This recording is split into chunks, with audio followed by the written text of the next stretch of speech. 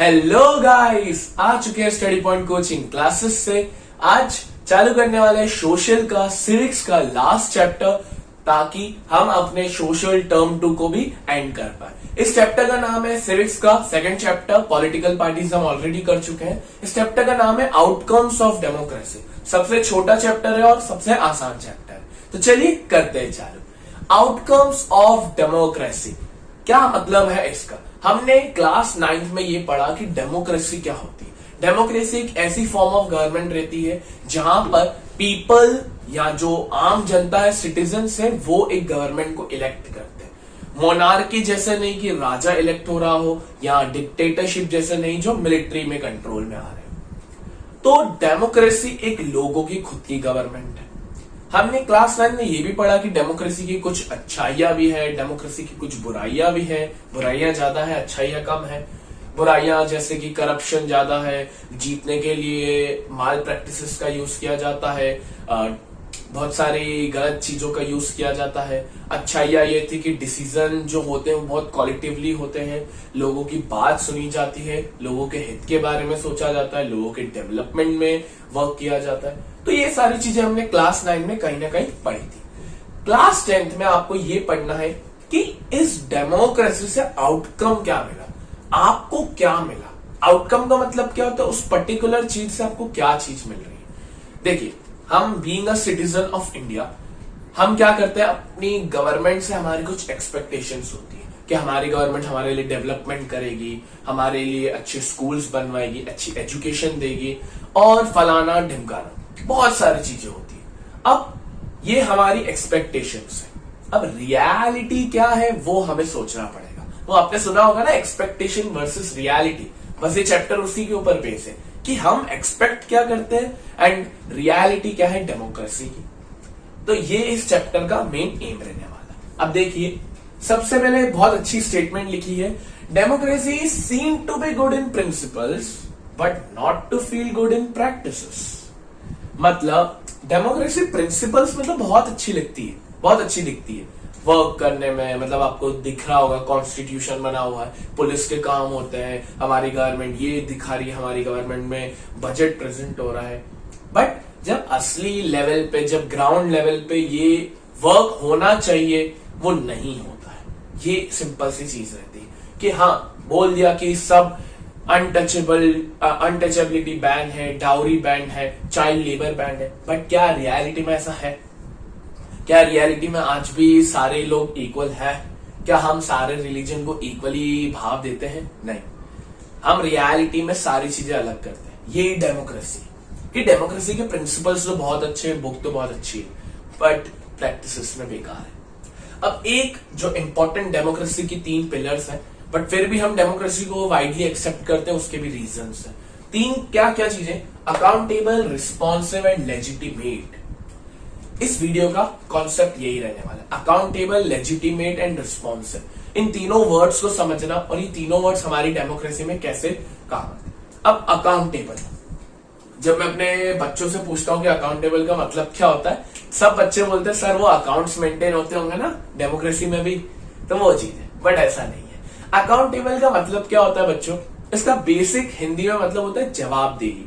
कि अगर मैंने आपको कुछ काम दिया है, अगर मैंने आपको कुछ काम असाइन किया है, तो जब मैं वापस आऊंगा उस काम की खबर लेने, तो आप मुझे आंसर देंगे कि सर ये चीज हुई, सर ये बच्चों ने ये चीज करी। तो आप मेरे प्रति आंसरेबल है, आप मेरे प्रति अकाउंटेबल है।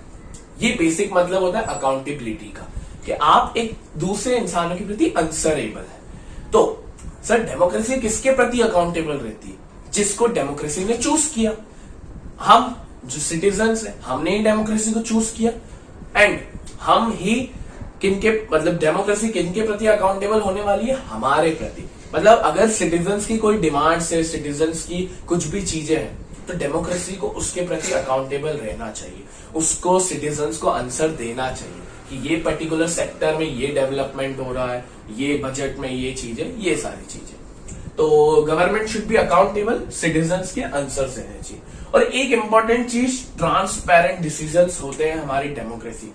देखिए, अब डेमोक्रेसी इतनी बड़ी है, हमारे खुद भारत में Lok Sabha, Rajya Sabha and then president, then only law passes in India. When it passes from Lok Sabha to Rajya Sabha and when ultimately president sign the bill, it becomes the law.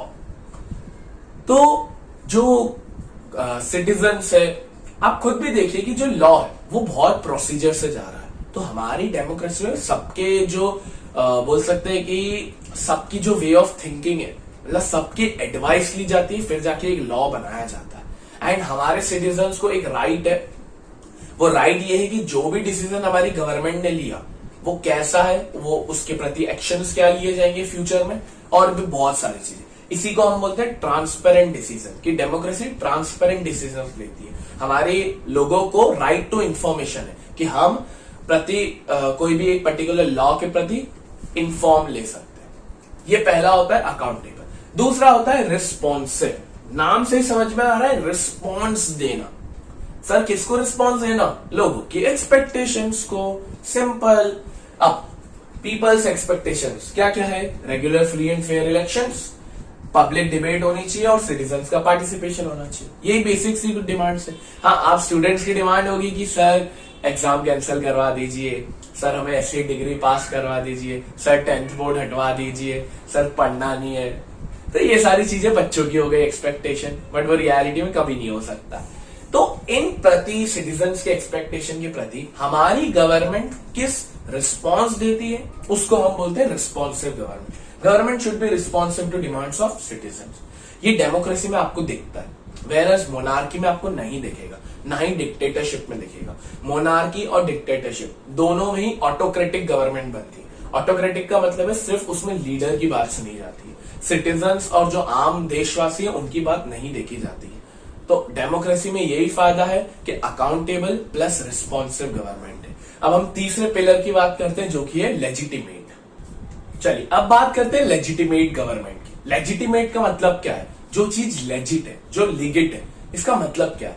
जैसे आप शोरूम में जाते हैं, नाइकी, एडिडास, तो वहां पे आपको brand दिखता है, मतलब आपको एक विश्वास होता है कि हाँ ये चीज एक ब्रांड है। वहीं एडिडास का एबिडास हो जाए तो फिर एक अलग चीज, नाइकी का काइकी हो जाए तो फिर आपको समझ में आया था ये लोकल ब्रांड है। वैसे ही डेमोक्रेसी के साथ है।